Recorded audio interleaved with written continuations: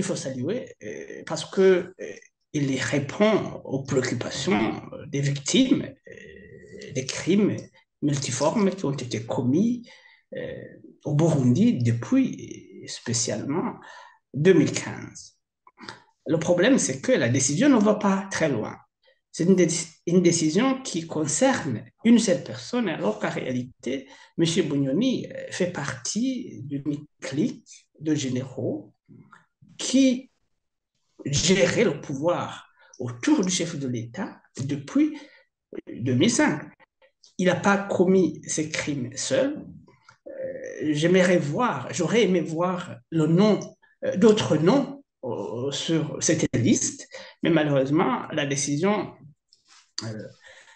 ne va pas jusqu'à impliquer, à inclure d'autres personnes comme Nakugalika et autres, qui clairement ont joué un rôle majeur dans cette crise que connaît notre pays, pas seulement dans les crimes de sang, mais aussi dans les crimes économiques qui, en fait de compte, ont plongé notre pays dans l'abîme et le chaos. Cette décision est prise quelques 2 jours avant la commémoration des massacres du 12 décembre, justement, les horribles massacres qui ont été commis par le pouvoir à cette période-là. Est-ce que ceci pourrait être un petit peu un signe d'espoir que tous ces crimes-là ne resteront pas indéfiniment impunis?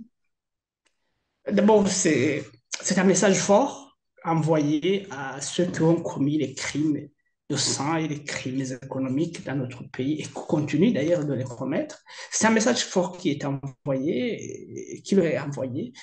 Et il faut qu'ils sachent que les crimes qu'ils ont commis ou qu'ils continuent de commettre ne resteront pas impunis. Ça, c'est un message très fort.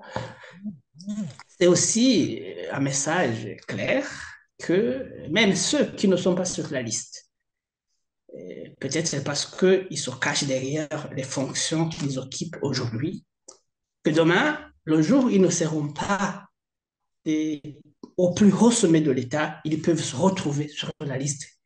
Ces listes de personnes non grata dans plusieurs pays à travers le monde. Mais les victimes ne peuvent pas espérer que ces décisions vont leur apporter un répit parce qu'en réalité, ce sont des décisions symboliques